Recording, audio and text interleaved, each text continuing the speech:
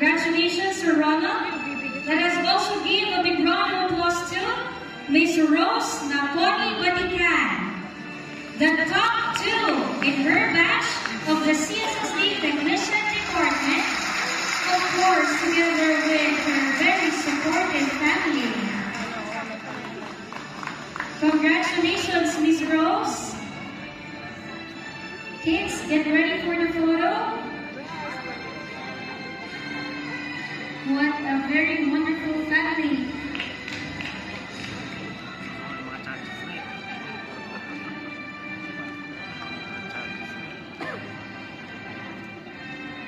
Congratulations once again, and also to Miss Sarah Jane Coronel Macera from the CSSD Technician Department.